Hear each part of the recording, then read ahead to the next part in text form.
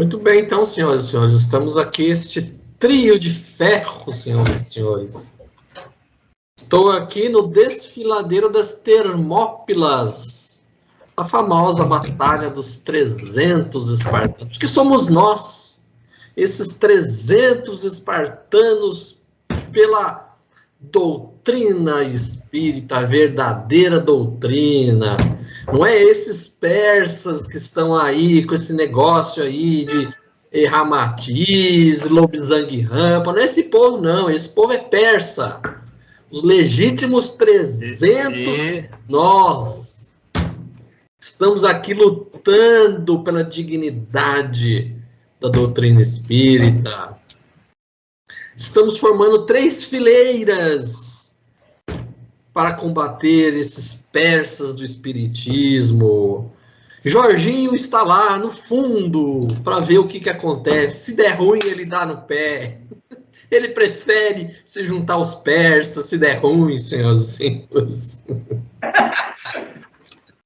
Vamos lá.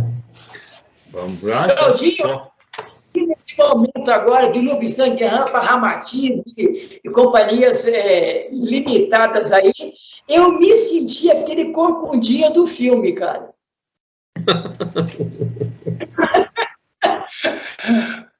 Não sei se aquele cara existiu, mas aquele corcundinha foi... Aquilo é que eu chamo de realmente preconceito racial. O cara queria defender a prata, o cara diz, não, você não serve. O traidor, de fato, existiu mesmo, mas ele não era corcunda. Então, vamos lá. Estamos no capítulo 2, a primeira parte ainda, né? O maravilhoso e o sobrenatural, item 15. Jorginho está se achado aí? Achei. Agora, me encontrei, amado mestre. Vamos embora, então. Ó, eu vou ler 2, depois o senador 2, depois o Jorginho, acho que um aqui, porque o item 15 é grande.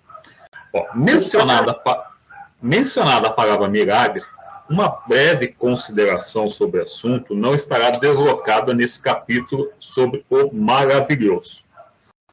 No seu significado primitivo e pela sua etimologia, a palavra milagre significa coisa extraordinária, coisa admirável de ver. Mas essa palavra, como muitas outras, se degenerou no sentido original. E hoje se diz, segundo a academia, um ato do poder divino contrário às leis da natureza. Ou seja, conforme tudo vai agregando valor, né, essa palavra também mudou o seu sentido original. Este é, de fato, seu significado usual, e é somente por comparação e de maneira figurada que se aplica às coisas comuns que nos surpreende e cuja causa é desconhecida. Não é, de modo algum, nossa intenção examinar se Deus pode julgar útil, em algumas circunstâncias, abolir as leis estabelecidas por Ele mesmo. Isso não compete ao Espiritismo discutir. Nosso objetivo é demonstrar unicamente que os fenômenos espíritas, por mais extraordinários que possam parecer, não anulam de modo algum essas leis. Não têm nenhum caráter miraculoso, nem são maravilhosos ou sobrenaturais. O milagre não se explica. Os fenômenos espíritas, ao contrário, se explicam de modo racional. Não são, portanto, milagres, mas simples efeitos que têm sua razão de ser nas leis gerais. O milagre ainda tem outra característica, o de ser raro e isolado. Acontece que, a partir do momento em que um fato se reproduz, por assim dizer, à vontade e por diversas pessoas, não pode ser considerado um milagre. Vai, senador. A ciência faz milagres todos os dias aos olhos dos ignorantes. Eis porque, antigamente, os que sabiam mais do que o vulgo passavam por feiticeiros. E como se acreditava que toda ciência sobre-humana era diabólica, eles eram queimados. Hoje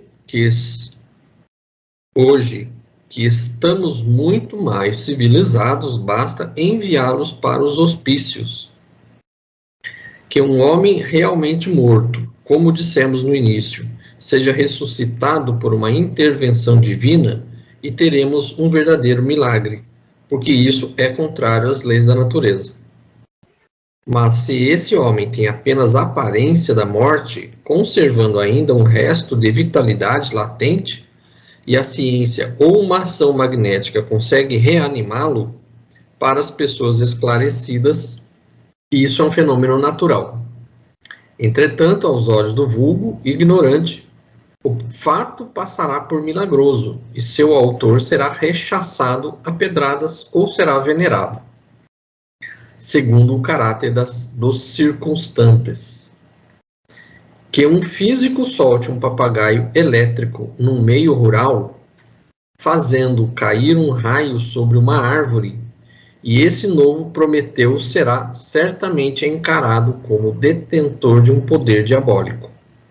Aliás, diga-se de passagem, Prometeu nos parece, sobretudo, um antecessor de Franklin, mas Josué, fazendo parar o sol, ou antes a terra, nos daria o verdadeiro milagre, pois não conhecemos nenhum magnetizador dotado de tanto poder para operar este prodígio. O seu parou? Parou. O meu vai até no mundo moral, nos dois livros. Nossa, o meu tem mais ainda. O meu vai até no mundo moral. Aí, ó, de todos os fenômenos espíritas, um dos mais... Não, peraí. Os demais parágrafos não seriam o Jorge? Não, mas é que eu entendi. O outro parágrafo meu, das duas tradições aqui, começa o Espiritismo. Esse de todos continua naquele que você estava lendo, não está separado. Pelo menos nas minhas duas. Está separado. O meu termina prodígio então. E depois de todos os fenômenos é um outro parágrafo. As duas tradições aqui estão juntas. Quer dizer, é ponto na mesma linha no seu? O meu é de todos os fenômenos espíritas, um dos mais extraordinários, e é os dois, cara. É tanto da Petit como da CELD. Ó, o meu não. O meu, que é o da FEB, é separado. Então vamos lá, gente. E aí, o Claudinho, no francês também é separado ou junto aí? Aí então o Jorginho vai até o item 16, então.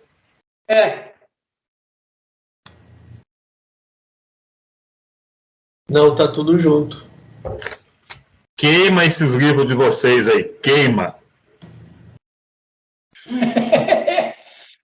De todos os fenômenos espíritas, um dos mais extraordinários é, incontestavelmente, o da escrita direta e um dos que demonstram de modo mais patente a ação das inteligências ocultas. Mas, da circunstância de ser este fenômeno produzido por seres ocultos, não se segue que seja mais miraculoso do que qualquer dos outros fenômenos devidos a agentes invisíveis, porque esses seres ocultos que povoam os espaços são uma das potências da natureza, potências cuja ação é incessante, assim sobre o mundo material como sobre o mundo moral. Esclarecendo-nos com relação a essa potência, o Espiritismo nos dá a explicação de uma imensidade de coisas inexplicáveis e inexplicáveis por qualquer outro meio, e que, à falta de toda explicação, passaram por prodígios nos tempos antigos.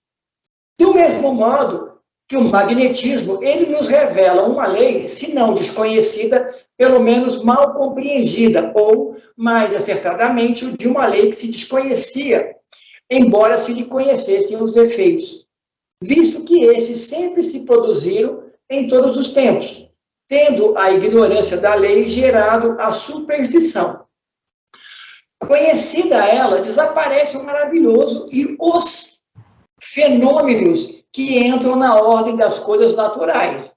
Eis porque, fazendo uma mesa se mova, ou que os mortos escrevam, os espíritas não operam maior milagre do que opera o médico, que restitui à vida um moribundo ou um físico que faz cair o raio.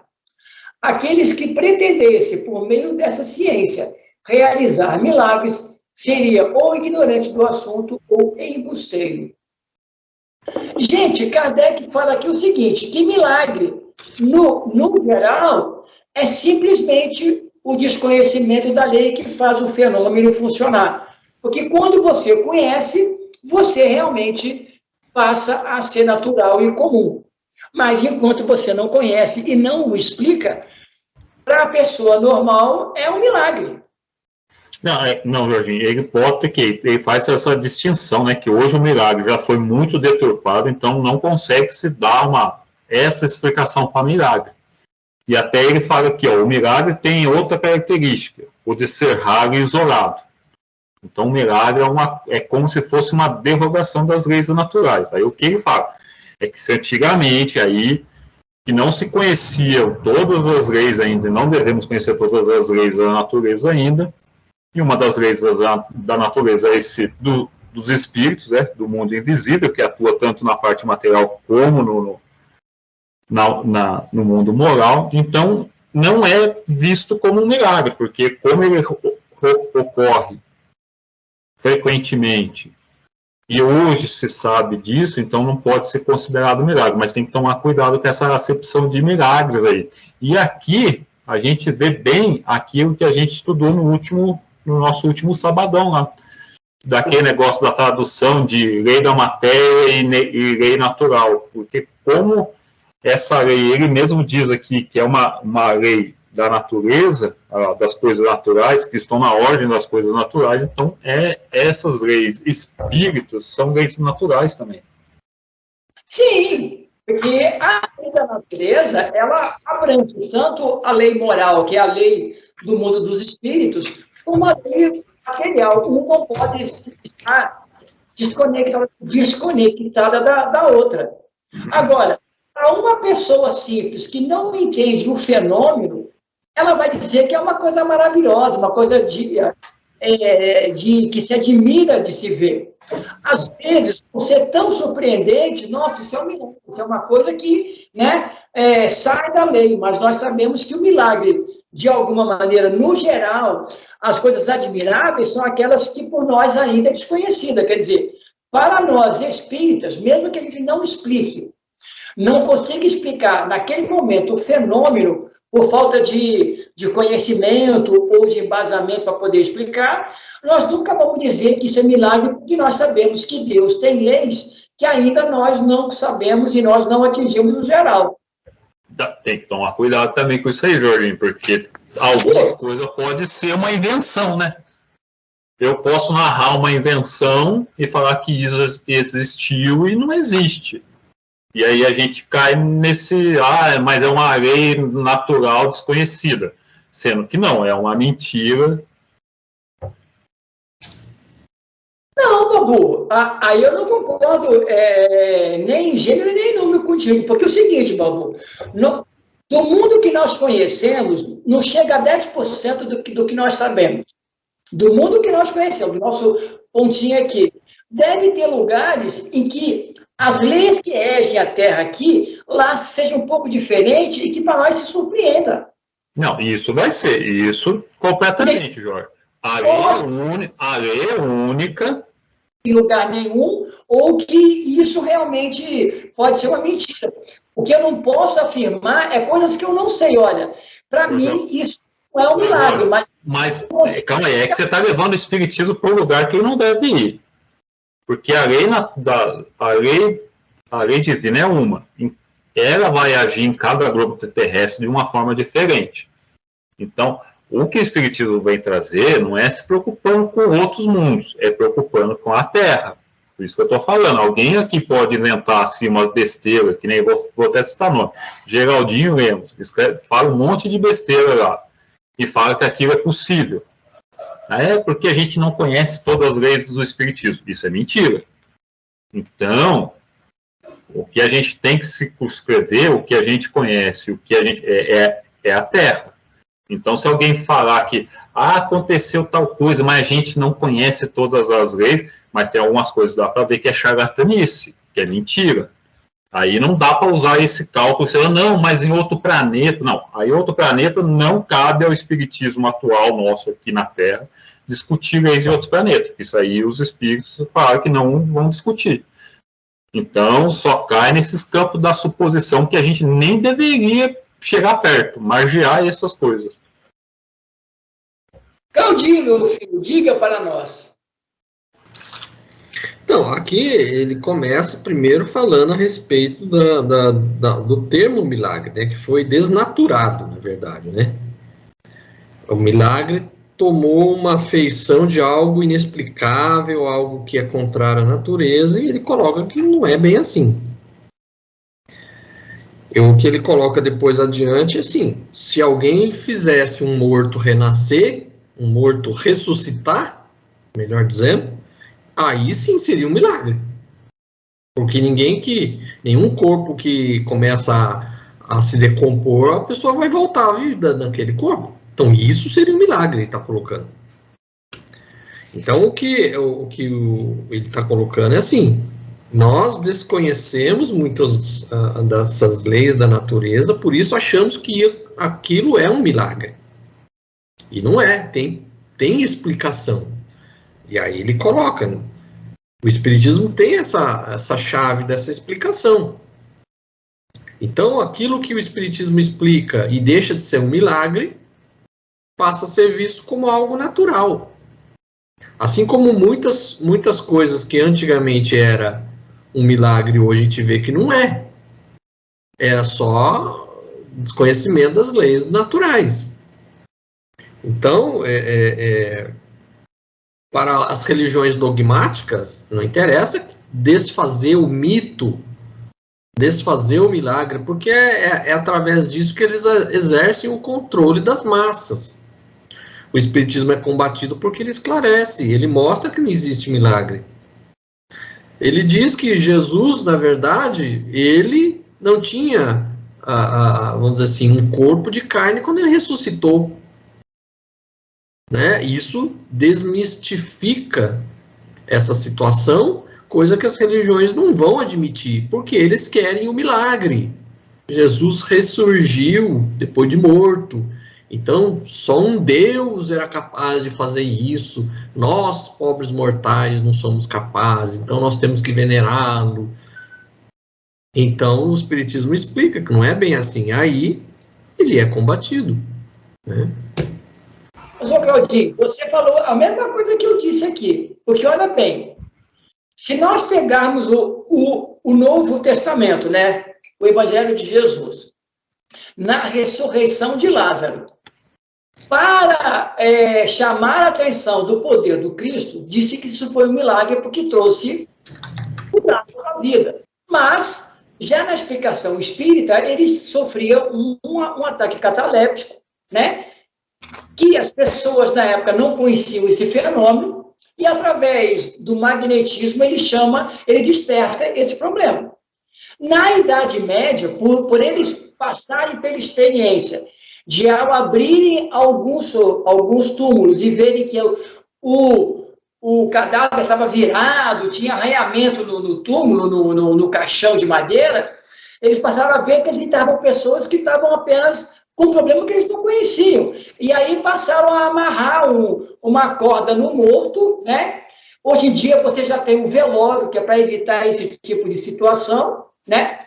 Ou seja, na verdade, para o espírita, mesmo que ele não consiga entender como funcionou aquele fenômeno, ele não pode chamar de milagre. É isso que o Babuta está dizendo. Não, tem coisas que você é embuste. Mas não importa se é embuste ou não, se você não sabe como é que funciona, para o espírita, na sua base de pensamento, não há mais milagre. Quando você compreendeu como funciona, ele passa a ser lei natural. Se toda lei que rege a materialidade, tanto o mundo moral, é uma lei de Deus, é uma lei natural, então, mesmo que eu não entenda, não existe milagre. O que existe é um fenômeno ao qual eu ainda não tenho capacidade de responder. Você percebe bem, nós vamos aprendendo com a experiência. Para Jesus, Lázaro foi um milagre.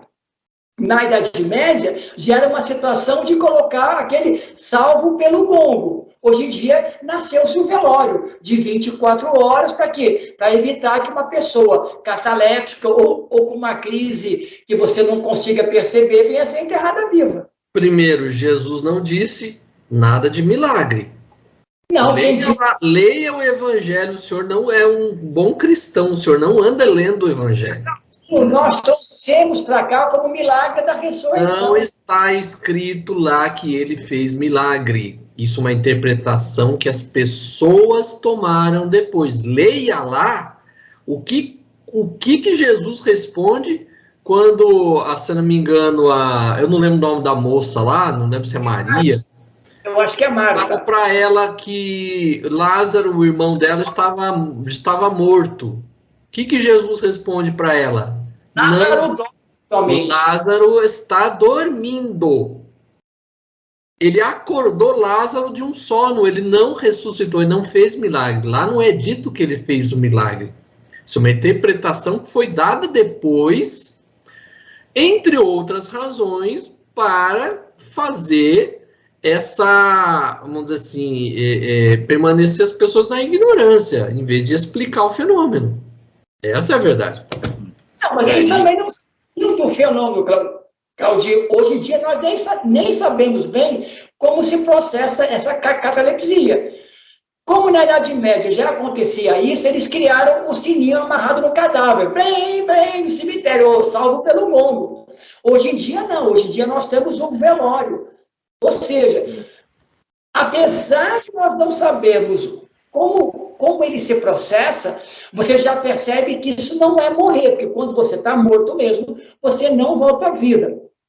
E também tem outro fenômeno aí, você lembra quando Jesus entra em Jerusalém também, no Novo Testamento, que a família passa com uma menina numa carroça, ela está morta, minha filha morreu, e Jesus vai para ela e a ressuscita.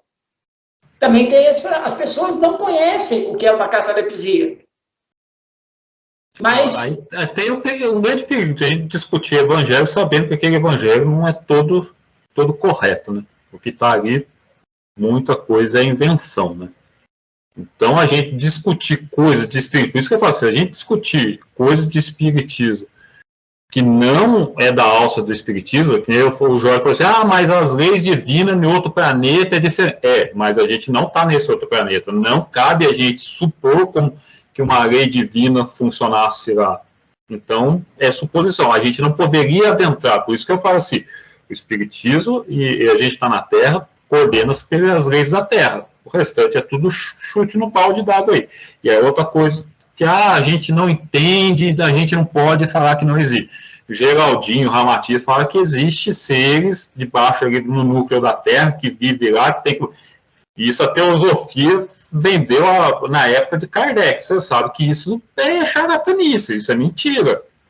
Não tem como falar, não tem como ser assim, porque a gente não conhece as leis de Deus. Isso é charlatanice, não tem como colocar isso em dúvida. Não, a gente não conhece as leis divinas. Mas o Babu, o texto aqui de Kardec em relação à mediunidade aqui, o que ele está dizendo em síntese é o seguinte: para um espírita, milagre não existe, mesmo que você não entenda todos os fenômenos, porque nós não entendemos. Porque olha aqui, Babu, não é mediunidade, Jorge, aqui não é mediunidade que ele está tratando, ele está tratando das coisas espíritas. Milagre não se explica. Os fenômenos espíritas, ao contrário, se explicam racionalissimamente. Não são milagres. Por mais simples efeito da razão de ser, se encontra nas leis gerais. Ou seja, as leis gerais nós não conhecemos todas. Jorge, mas aí que está. Não dá para ficar aceitando certas coisas e falar que a gente não conhece leis ainda. As leis materiais, assim, estão muito bem definidas. Não deve se mudar coisa de coisa ainda devido a ser um planeta de prova e expiação. Algumas leis vão mudar conforme o mundo for evoluindo. Mas, por hora, estão bem assentadas essas leis. E até o espiritismo. Porque eu falei assim, o espiritismo não vai trazer nada de novo para a gente durante uns 500 anos aí. Não vai ser descoberta nenhuma lei extraordinária. Então, o que a gente sabe hoje, a gente tem como com o que a gente tem hoje. Da época que Kardec codificou isso aqui para cá, não se alterou nada. A gente não pode introduzir nas obras de Kardec Chico, Ramatiz, Geraldinho Lemos, que isso aí não tem nada a ver com o Espiritismo. O Espiritismo, a base é isso aqui. A base da verdade que ele fazia antes, hoje você percebe que existem mais nuances, inclusive, tanto é que nós trouxemos de volta agora, recentemente, para o meio espírita, o trabalho do magnetismo. Porque antigamente nós considerávamos que o magnetismo não era, digamos assim, não era de espiritualidade. Não, então, magnetismo é o passe que não é. Passe não tem nada a ver com o espiritismo. Magnetismo tem a ver, e é outro entendimento que espírita faz tudo errado, achando que passe e magnetismo é a mesma coisa. Não tem nada a ver. Mas agora, com o estudo, é que o movimento espírita começou a entender que é a mesma coisa. Mas aí é que está. O próprio sistema, digamos assim, da mediunidade, ela se ampliou desse campo do livro dos médios para maior conhecimento. Podíamos estar melhores. Não, Jorge. Aonde? Essa ideia que você está vendendo é a ideia que Kardec está superado. Não. O próprio Kardec, na Revista Espírita, colocou que nem tudo foi dito. Compete ao estudo racional e mostrar muito mais coisas. Mas aonde que tem estudo racional aqui no Brasil, Jorge? É tudo mistificação. É tudo que você está falando aí. É diferente, meu irmão. Tudo que você está falando, tudo que você fala aí e que as pessoas entendem como mediunidade é extraído de obra de Chico, que é um monte de besteira que tem ali, e isso inundou o movimento espírita brasileiro. Aí falar que hoje o negócio está crescido, para mim está do mesmo jeito. O que se aceita hoje é um monte de baboseiro que não devia nem passar perto. O que você diz é uma realidade. Não há estudo como a ciência espírita que você deveria trazer. Mas nós não podemos afirmar que digamos assim, que a base de Kardec já nos deu toda a informação de todos os fenômenos, digamos assim, naturais. Nós sabemos a base, mas não sabemos como ele funciona na sua. Mas isso, ou qualquer agregação, essas coisas, eu já falei, vai demorar muito tempo. Vai quando a gente entrar no mundo de regeneração, quando a gente se solidificar. Aí podem ser trazidas novas informações, mas até lá não vai ter nenhuma novidade no nosso meio, que a gente nem aprendeu isso aqui. É só ver no Brasil a quantidade de besteira que a gente meteu aqui. A gente substituiu o Kardec por um monte de besteira. Você mesmo disse que não tem estudo aqui no Brasil e está ao mesmo tempo se contradizendo, porque apareceu um monte de coisas de fenômeno mediúnico que foi mais ampliado que a época de Kardec. Para mim isso é uma visão totalmente errada, porque são coisas místicas que se tiraram de romance. Então Kardec continua atual e não agregou nada e vai demorar um pouquinho para agregar alguma coisa ainda. Claudinho, diga mais aí para nós aí. Eu até cito um trechinho aqui do item que ele fala assim. Que parágrafo? Está no finalzinho, está no último parágrafo do item. Ele fala assim, ele revela, o espiritismo, ele revela como aconteceu com o magnetismo uma lei desconhecida, ou pelo menos mal compreendida, ou, dizendo melhor, uma lei cujos efeitos eram conhecidos, porque produzidos em todos os tempos, mas ela mesmo sendo ignorada, isso deu origem à superstição. Então, o que ele está falando aqui? Ele está falando aqui de alguns, vamos dizer assim, algumas situações que as pessoas presenciavam e que não conheciam, e por não conhecer o que era aquilo, a essência, qual a origem, de onde surgia aquilo, as pessoas só presenciavam os efeitos, por exemplo, dos raios, que era simplesmente eletricidade. As pessoas não sabiam, então diziam o quê? Que era Zeus que mandava os raios. Aí o que acontece? O que ele coloca aqui? Como a gente desconhece muita das coisas das leis naturais, então mistificou-se muita coisa. Hoje o Espiritismo já explica grande parte dessas coisas. Agora, o que ele deixa claro aqui? Que isso muitas vezes é uma porta para mistificação, ou seja, aquilo que não é explicado, aquilo que não tem condições de explicar, então dá-se uma explicação mística. E esses personagens aí, como Geraldinho, Bacelli, etc., o que eles fazem? É justamente o desconhecido mistificando as coisas. Com a alegação que você mesmo citou, que o Kardec deixou, que nem tudo ele explicou. Então eles pegam essa situação e falam, e apresentam situações, extraterrestre, tem extraterrestre do planeta tal, do planeta não sei o que, é intraterrestre, tem homem vivendo dentro da Terra, e não sei o que. Todas essas situações não passam pelo crivo da razão se a gente for adotar o método de Kardec. Sim. Então é óbvio que isso é mistificação, isso é mentira, isso é coisa para ganhar holofote, para ganhar fama. Não tem nada de lógico nisso, porque ele não está procurando explicar coisa alguma, ele está mostrando um efeito místico para ganhar público, porque a gente está careca de saber que o povo gosta é coisa mística. As pessoas não gostam de explicações racionais. A maioria das pessoas ainda está nessas mitologias espíritas que se alastraram pelo país. É isso. 16. Os fenômenos espíritas, do mesmo modo que os fenômenos magnéticos, antes que tivesse conhecido a sua causa, devem ter sido considerados prodigiosos. Acontece que, da mesma forma que os descrentes, os muito inteligentes, os donos da verdade, que julgaram ter o privilégio exclusivo da razão e do bom senso, não acreditam que uma coisa seja possível quando não compreendem. Eis porque todos os fatos considerados milagres são motivo para a sua zombaria. Como a religião contém um grande número desses fatos, não acreditam na religião. E daí para a incredulidade absoluta é apenas um passo. O Espiritismo, ao explicar a maior parte desses fatos, ao maior, lhes dá uma razão de ser.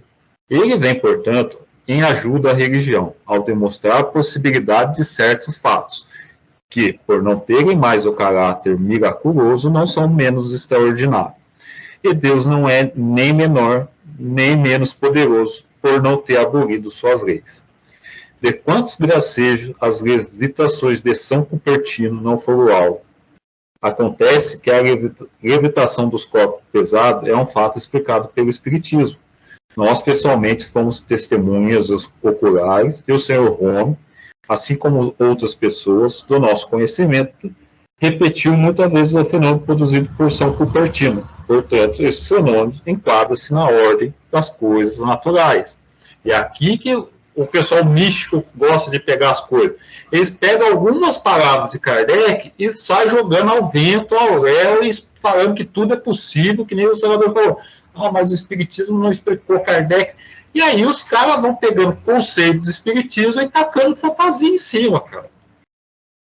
Esse que é o grande mal nosso. E a gente aceita, porque a gente é tocado por essa aura mística ainda, essa coisa emotiva, de um salvador, tem gente cuidando da gente. Sim, Babu, por isso que o Cláudio ele foi muito pertinente quando ele falou, mesmo o movimento espírita, tendo uma pequena base nos estudos apostilados, tipo o EAE, a ESD, o COEN, ainda gosta dessa coisa meio mística espírita. Vem o espírito lá do alto, de branco, te buscar na hora do seu desencarne. Os amigos espirituais chegam perto de você, você vai sentir uma vibração diferente. Porque isso facilita, digamos assim, em alguma parte, a compreensão. Mas o problema nosso é que nós gostamos dessa mitologia. Talvez por isso que as mitologias do passado, elas ganharam esse lã, porque era assim que as pessoas podiam ter alguma religiosidade. Eu não as considero ruins. O que eu as considero é que hoje, ainda, as pessoas prefiram ficar com uma mentalidade, como diz Kardec aqui, né?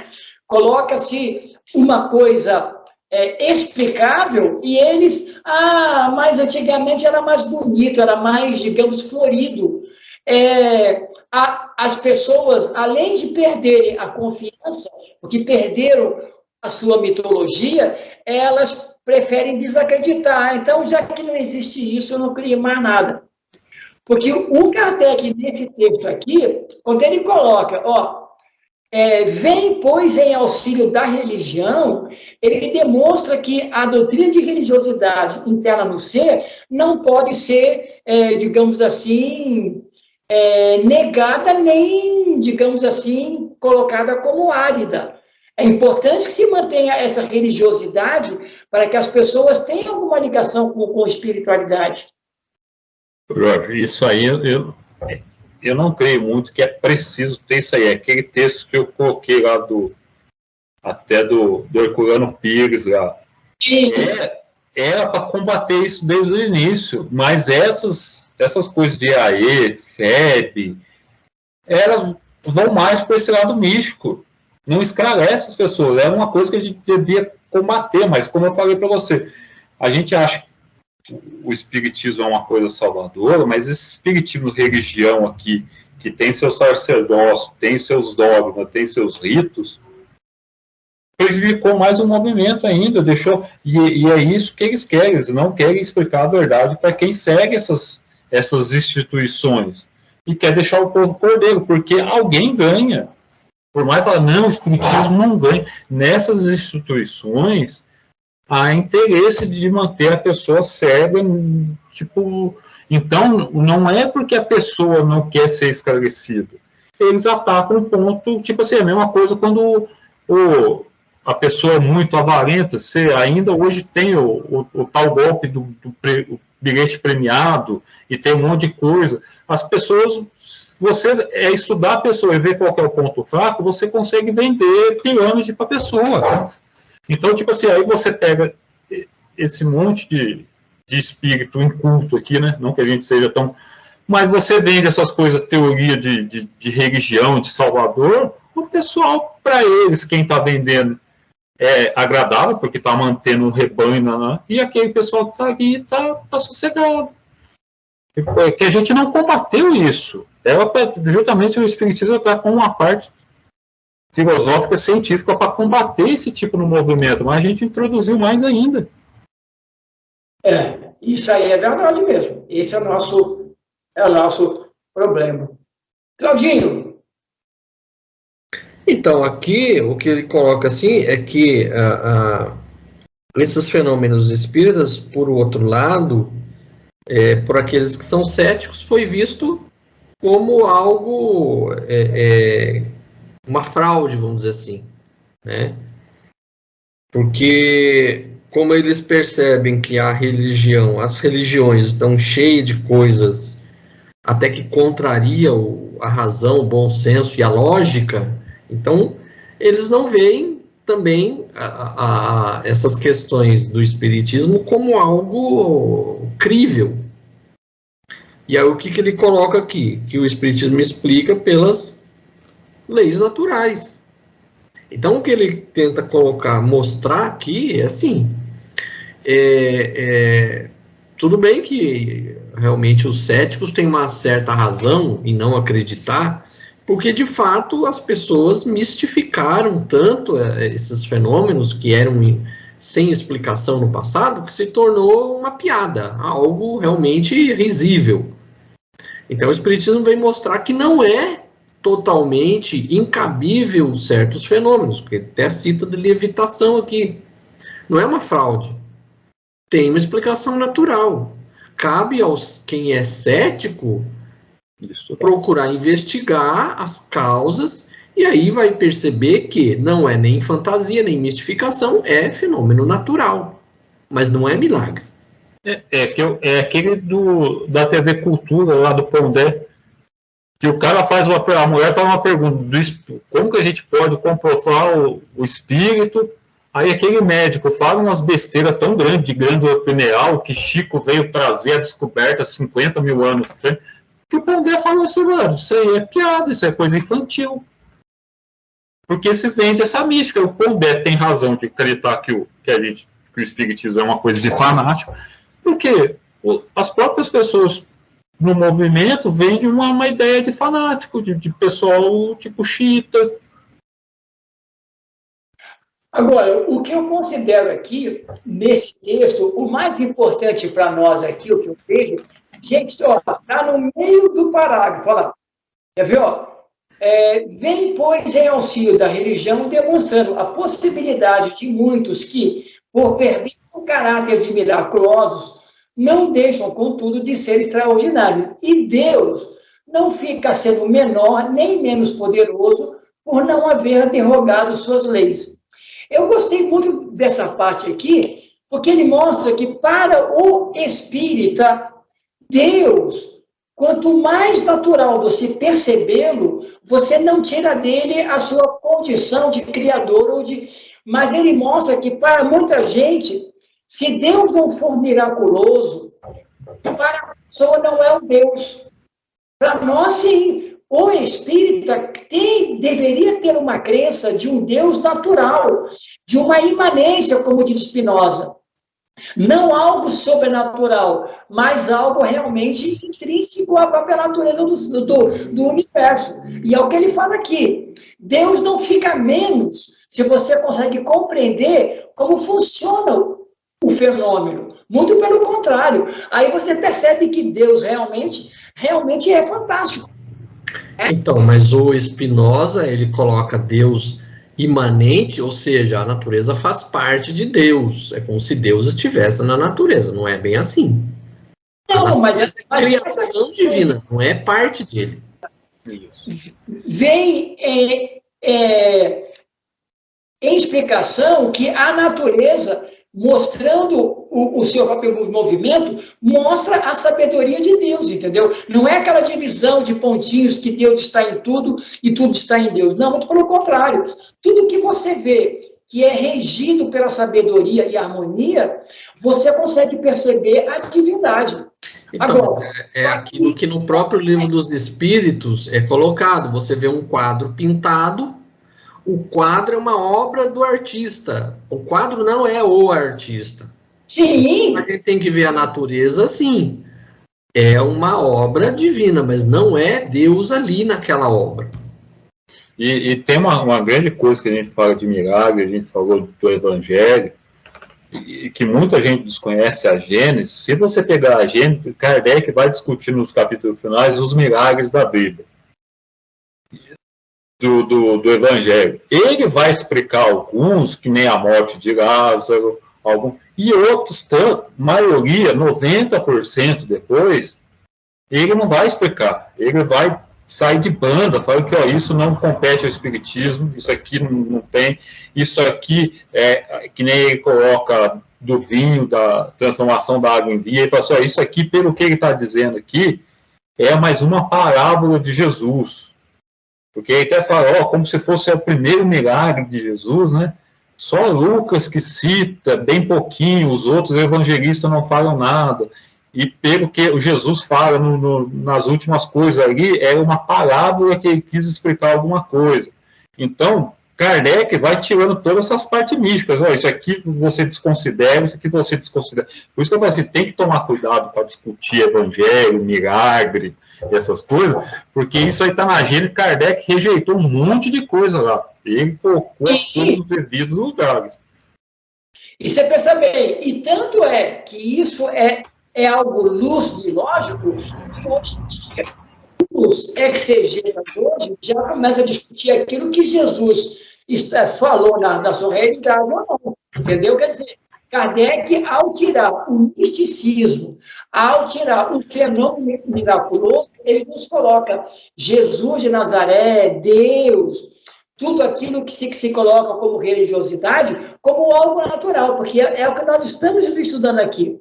O ponto principal aqui é perceber o seguinte, nós temos que procurar compreender o fenômeno, ou seja, como ele funciona, porque isso em si já é admirável, e não ficar considerando que existe algo fora da natureza, algo de milagroso, mas não deixa de ser admirável de se ver.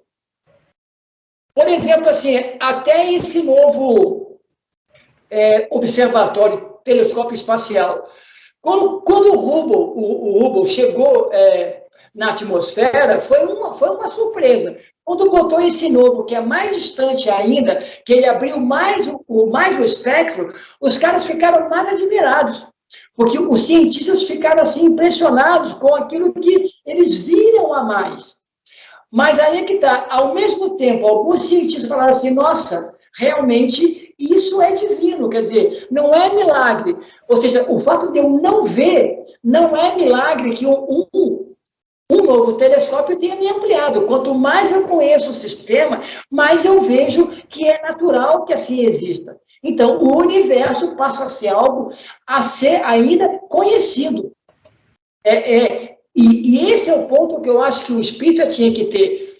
Ele tem que ser honesto. Olha, gente, eu não sei explicar como se processou essa ação mediúnica. Mas isso não é milagre, porque o milagre é uma derrogação da natureza e Deus não derroga suas leis.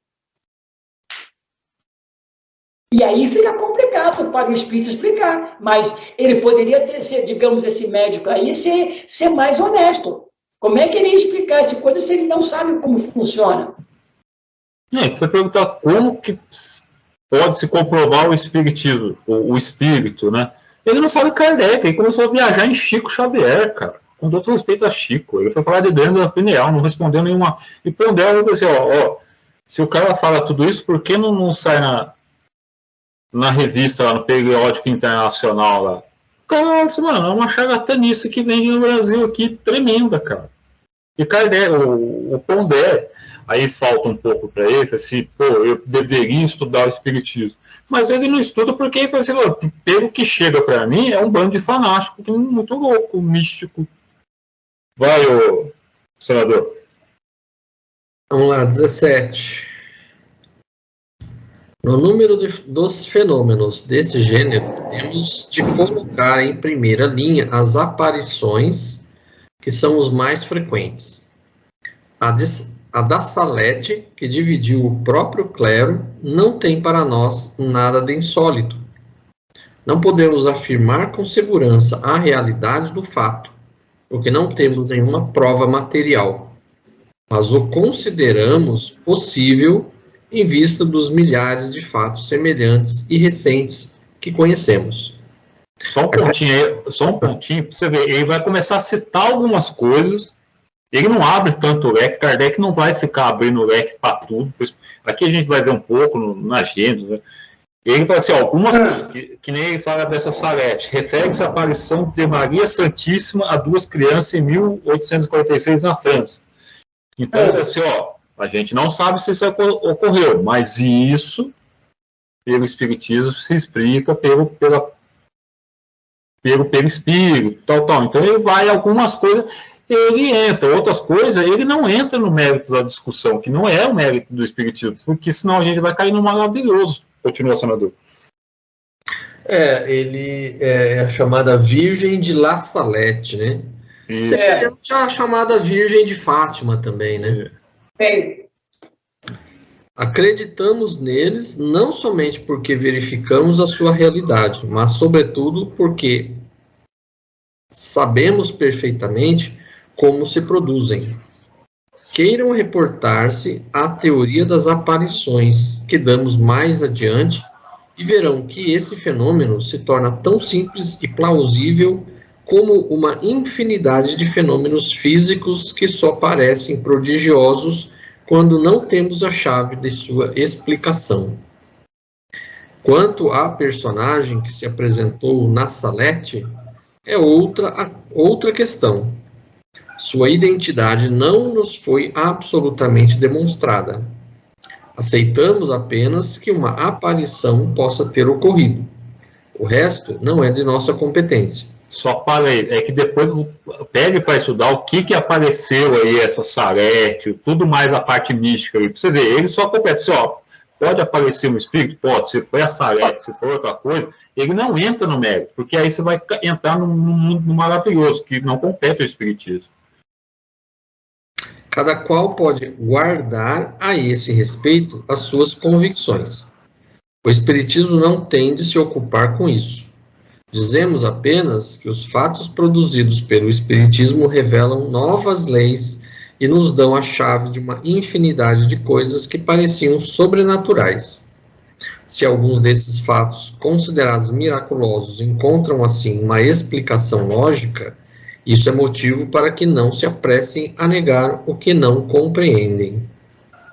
Os fenômenos espíritas são contestados por algumas pessoas precisamente porque parecem escapar às leis comuns e não podem ser explicados. Daí-lhes uma base racional e a dúvida cessa. Dai-lhes, né? Dai-lhes uma base racional e a dúvida cessa. A explicação neste século, em que ninguém se satisfaz com palavras, é, portanto, um poderoso motivo de convicção. Assim vemos todos os dias pessoas que não presenciam nenhum fato, não viram uma mesa mover-se, nem um médium escrever, e que se tornam tão convictas como nós unicamente porque leram e compreenderam. Se só devêssemos crer no que vemos com os nossos próprios olhos, nossas convicções seriam reduzidas a bem pouca coisa. Ou seja, São Tomé. Só acredito vendo. Não, mas esse São Tomé aqui que o Claudinho colocou é o São Tomé da lógica e da razão. Quer dizer, o Kardec coloca o seguinte: você não precisa ver o fenômeno, mas se você compreende que ele é possível devido ao estudo, né? Olha, você vai perceber, mesmo que você nunca tenha visto, que isso é uma realidade, isso pode acontecer. Agora, se é aquilo que diz ou não, eu teria que ter mais estudo, é o que ele diz aqui. Digamos assim, uma pessoa que vai falar, os 3 pastorzinhos em Fátima viram a Nossa Senhora. Ah, tá legal, eu não sei se é a Nossa Senhora, mas que é possível que os espíritos apareçam, porque acontece normalmente, é possível. Agora, para ser Nossa Senhora, eu vou querer ter um pouco mais digamos assim, de estudo e comprovação, que ela comprove realmente que é a mãe de Jesus, uai. O que eu falei para você, ele pensou, apareceu, pode aparecer. É que essa história de Salete tem várias coisas miraculosas também. Kardec como ele falou assim, só compete a isso. Pode aparecer espírito? Pode. O restante não é da alçada do espiritismo ficar discutindo se é Nossa Senhora, se aconteceu isso. E ele falou assim, o espiritismo não tem que se ocupar disso, porque senão vai se cair por esse lado maravilhoso e ficar tentando dar explicação que vai se tornar mais mística ainda. Sim.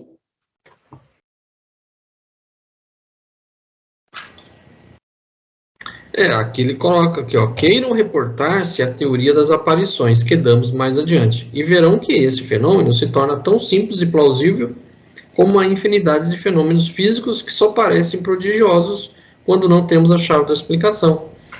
Ou seja, se as 2 crianças viram uma aparição, elas podem ter visto, é algo natural, né? Quem era, aí já é uma coisa que ele até coloca aqui, não podemos afirmar com segurança a realidade do fato porque não temos nenhuma prova material.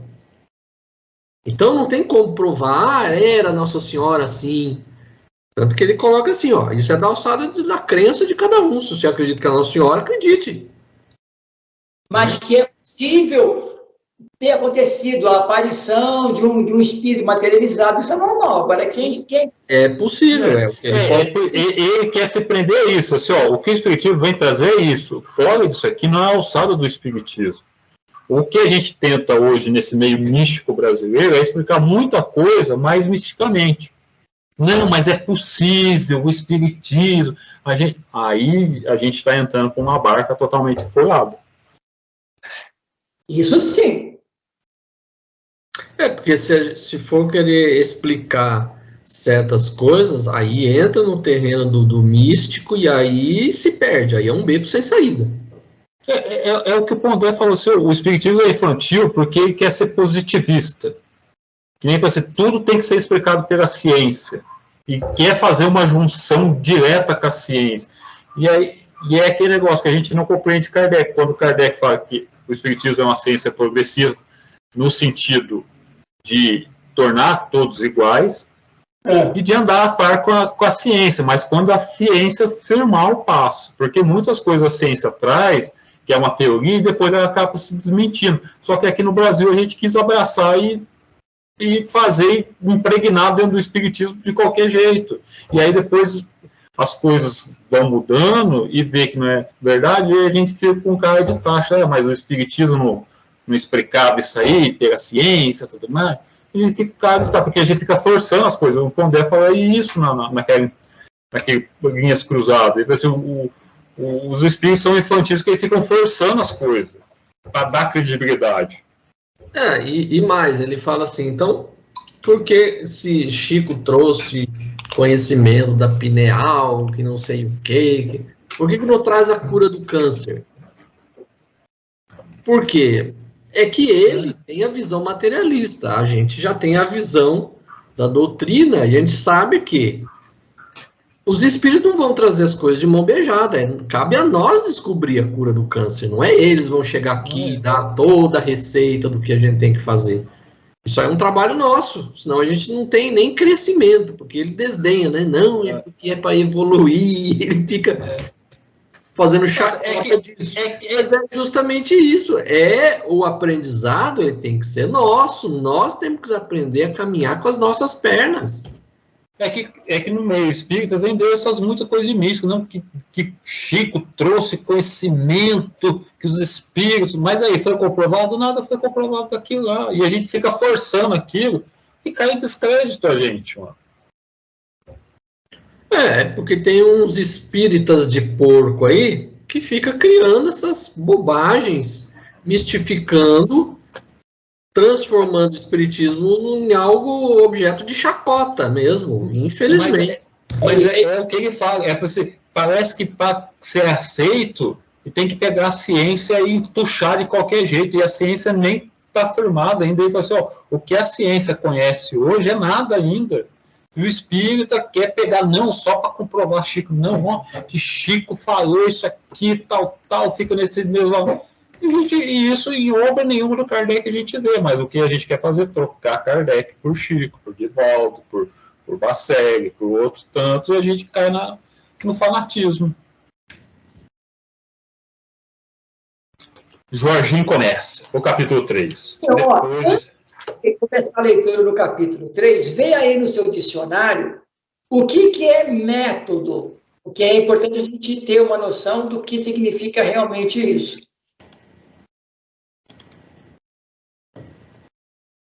É um método científico.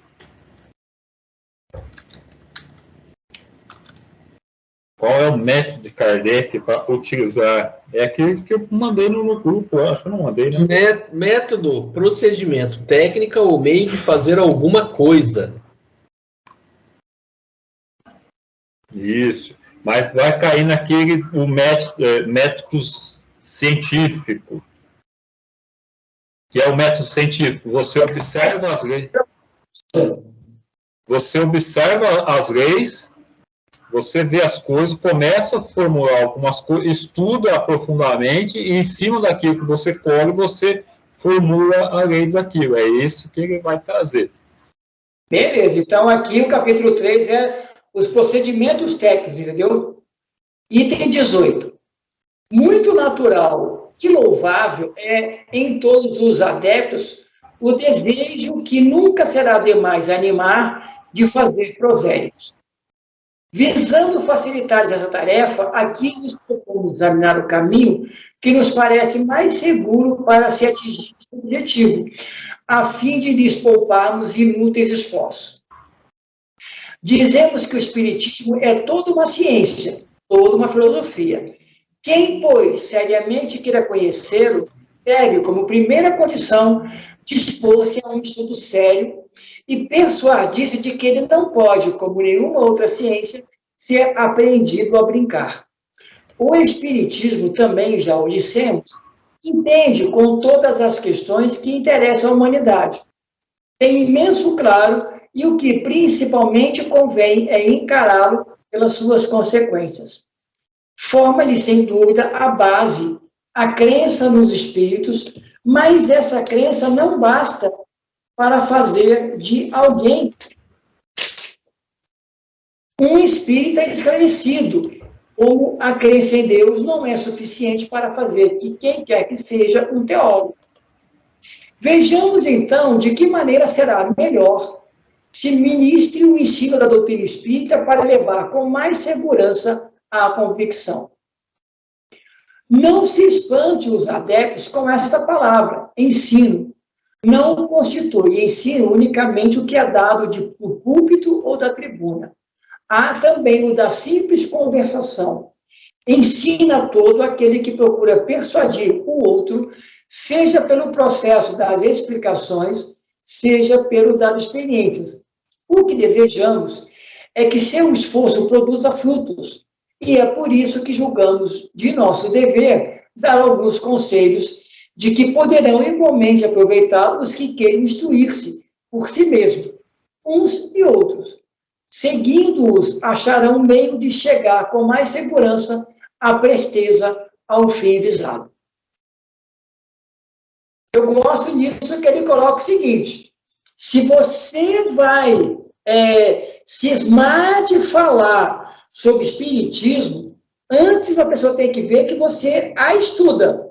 Você não pode ser um adepto assim, meio tipo, eu li Chico Xavier, eu li o Ramati somente, eu li o romance e tal. Não, você tem que conhecer Kardec, conhecer Gustavo Ingeli, você tem que ser um estudioso. Inclusive, criticar a própria doutrina para procurar respostas mais convincentes. Agora,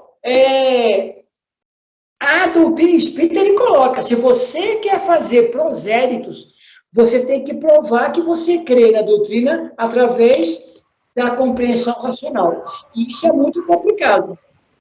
Não, é isso aí que é o grande tchan, porque aí vai ser, para você fazer projeto, você vai ter que conhecer a doutrina, para você saber explicar. Para não cair no que cai no Pondé, porque o que chega para o Pondé são coisas maravilhosas, que é a simples razão dele. Por isso que eu falei, aquele, no nosso discurso lá, de sábado passado, lá, que o Jorginho falou assim, mas a gente tem que ter uma experiência religiosa para chegar. O Pondé, só pela lógica dele e do que chega do Espiritismo para ele rejeita. Ele fala assim, isso aí é ilógico, é uma fantasia.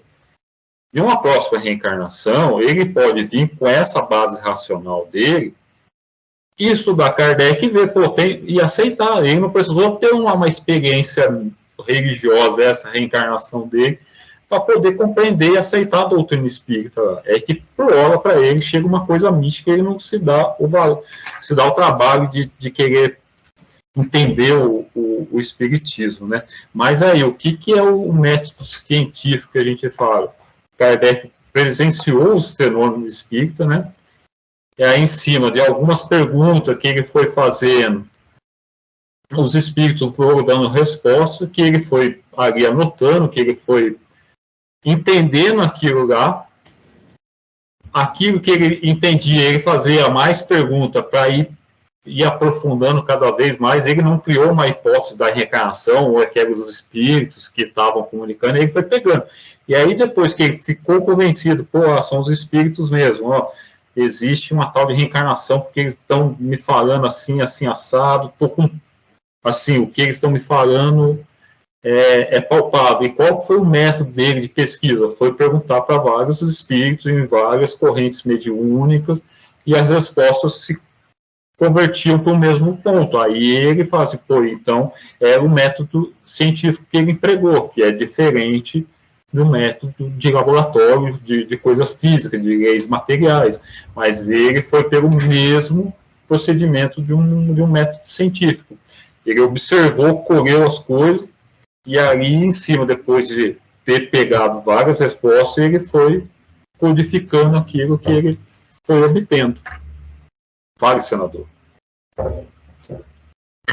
Então, eu acho que esse item aqui, o que ele deixa claro para as pessoas, eu achei até interessante que ele coloca assim, que os adeptos não se assustem com a palavra ensino.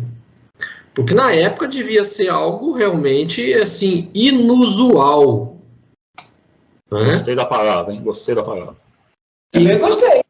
O que ele coloca aqui, assim, basicamente, assim, o espiritismo, Não é algo que você tem apenas fé, como as religiões.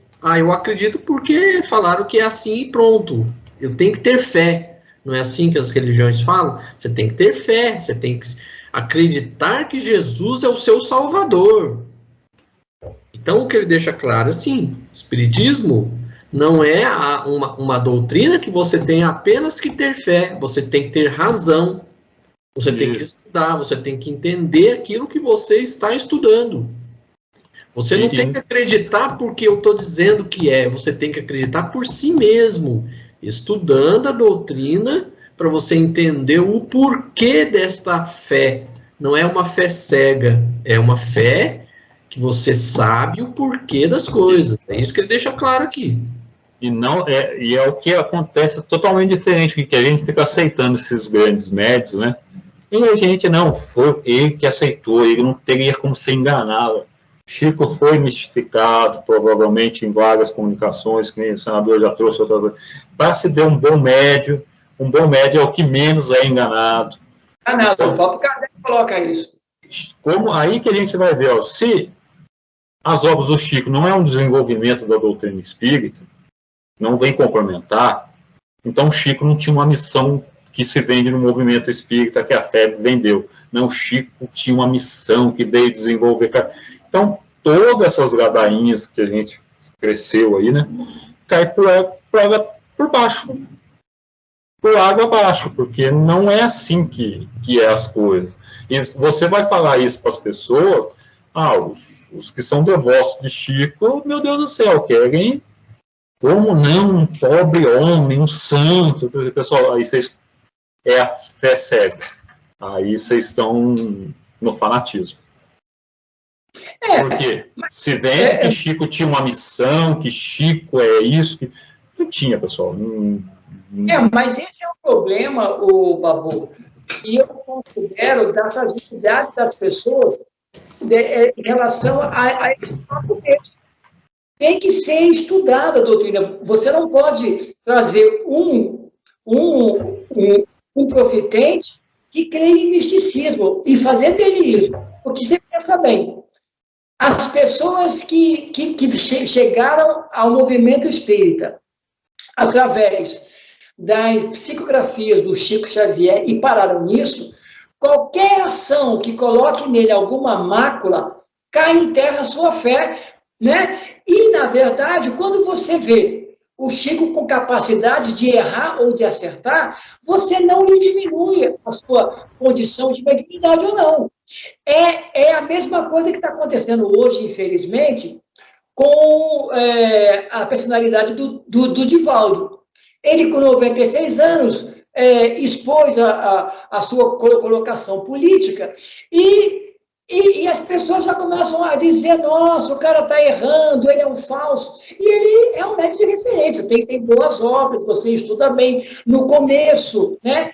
Ou seja, quando você coloca na pessoa e ele tira a condição de encarnado, é isso que as pessoas não veem no ensino espírita. Que as pessoas, quando pisam aqui, pisou na terra, você é passível de errar. Mas isso não lhe faz ser menos ou mais dentro da sua capacidade. É que aí cai naquela... Mano, eu tô lendo 2 livros, o senador deve estar lendo outro, né? Eu tô lendo O Espiritismo na Brasileira, da Jaqueline Stoll. E o outro, o Espiritismo é uma religião da... Como que é mesmo? Crélia, Célia Ribas, sei que lá. E aí tem toda essa mística em torno do Chico. Aí até a Sandra Stu vai falar da ética da santidade. Chico puxou aquilo para ele, que ele tinha que ser santo.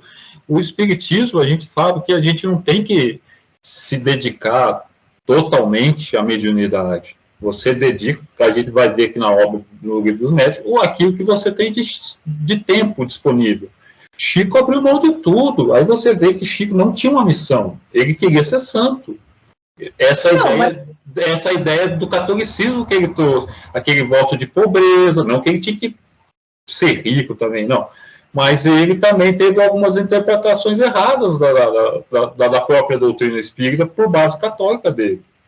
Sim, mas ao mesmo tempo, Chico não fez do espiritismo uma fonte de renda, quer dizer, ele já cumpriu esse trabalho de perceber que aquilo que era mediunidade não era dele, porque ele vivia com a sua aposentadoria de trabalhador do Ministério da Agricultura. O Divaldo também trabalhou no Banco do Brasil, foi fundo bancário e tal, quer dizer, se aposentou, tem uma obra e mora nela. Tanto é que o nosso amigo Raul, dentro de todos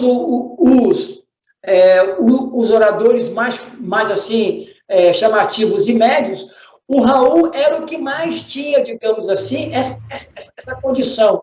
Era professor de física na Universidade Física Teórica na UFRJ, né?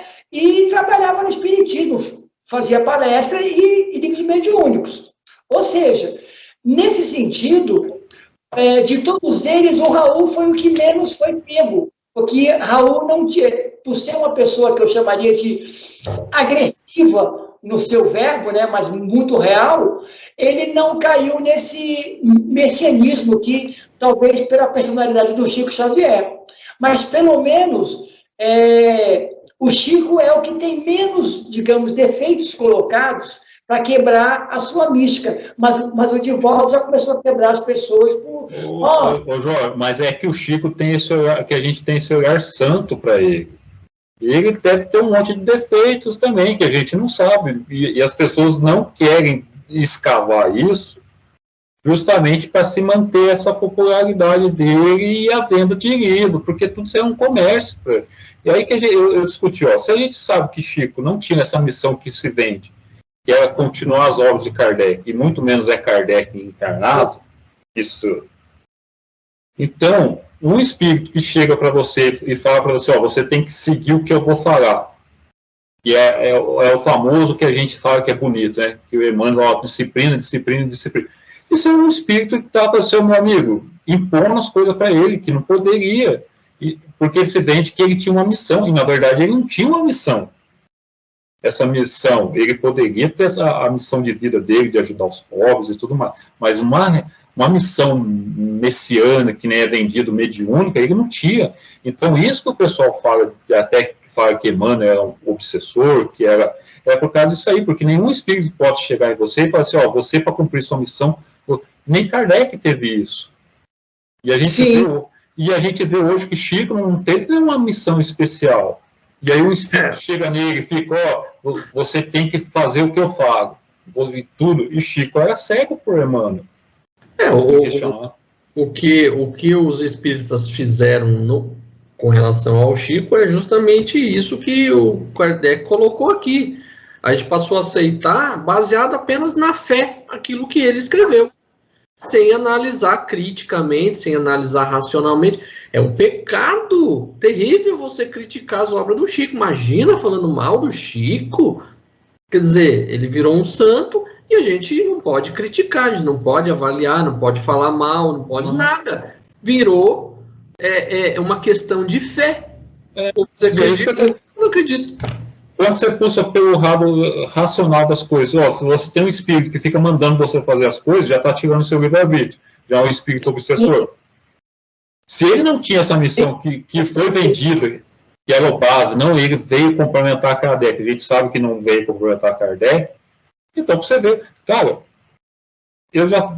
é que no movimento espírita tem os dois lados, o que aceita totalmente o Chico por razão de fé, né, porque é um homem santo, e tem aquele outro que fala que é obsessor. Os livros dele têm esse primeiro contato com a doutrina, tem um monte de contradição, tem, mas para um vulgo que não se quer adentrar muito, já é um ponto de contato, que a gente discutiu. A espiritualidade trabalha de várias maneiras para que lá no futuro seja colhido o fruto, né? Sim, Babu. Uma das maiores referências que nós temos da capacidade de fazer uma crítica bem moderada e bem sentada da doutrina é o vovô do Claudinho. Quando o Emmanuel, nos anos 75, mais ou menos, colocou que, através da tortura, as pessoas encontram o pagamento das suas encarnações, o próprio Euclídio Pires foi conversar com o Chico, pois isso aqui está absurdo, cara. Eu quero falar com o Emmanuel. Você pensa bem, na época, as pessoas da aliança acharam um absurdo o Herculano e, entre aspas, peitar um espírito. E o Herculano falou, não é possível que o cara escreva isso. Porque o Chico colocou, porque o Emmanuel havia dito que através da tortura você encontra o débito, tal. Mas Chico, isso você encontra.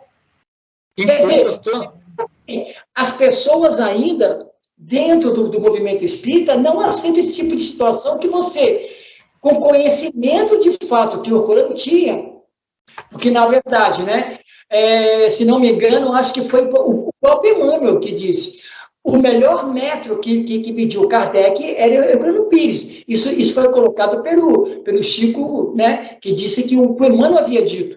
E eu também acho isso, que o melhor método que mediu a condição de Kardec nesse nosso mundo que nós vivemos no Brasil foi o Herculano Pires. E ele foi tentar umas coisas que as pessoas batem em cima dessa tecla também, o Jorginho, que os espíritos vão... É que é aí que eu falo assim, o pessoal já leva para aquele lado de obsessão, que o Emmanuel poderia ser, não uma obsessão, mas pelo menos um mistificador em cima do Chico, que nem a gente vê hoje, entre aspas, o doutor Inácio no Guaceg, né? Sim. Então, porque o Emmanuel tem cheio das contradições, desde isso, desde que fala que existe alma gêmea e tudo mais. E aí, o que a gente vai ver no livro dos médiuns aqui? Que os espíritos mistificadores, eles não têm escrúpulo. Para poder manipular as pessoas, eles usam de tudo, desde as palavras de Jesus a adorações para as outras pessoas, para acalmar os críticos. É aí que eu trago para você, se lá na frente, é por isso que eu estava falando, e falei assim, se daqui a um tempo a gente, sei lá, não sei como que isso, se a gente vê que Chico, só uma hipótese, tá, pessoal, não vai... que Chico está sendo mistificado e ninguém fez nada, cara. Imagina, ficou uma adoração ao lado dele o tempo todo. Um movimento, um Brasil inteiro está errado, cara.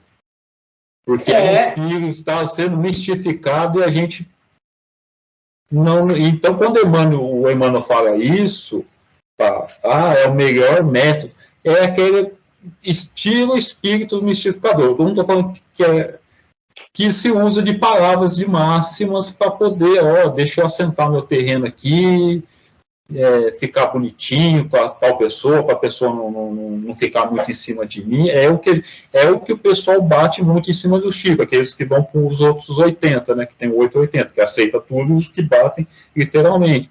E aí, quando você começa, não estou falando que eu sou dessa linha, eu fico mais no meio termo, né? Mas... você dá uma certa razão, porque é impossível, cara, com tantas contradições que foram ditas aí na época do Chico, de ensinamento, a gente tem essa grande referência de a gente não fazer, pelo menos, de a gente ser herético, da gente usar o simples raciocínio. Pô, nenhum espírito pode chegar a você falando que você tem que, só faça do jeito que eu te mandar. Faça isso, aceita que eu digo sem... Cara, isso... Se a gente questionar isso, a gente é traidor do movimento, porque Chico é uma entidade máxima, cara. Bom, última palavra. Estamos encerrando. Gostei! Vamos dar um ponto final. Ponto final. Encerramos por hoje. E tem 19, hein?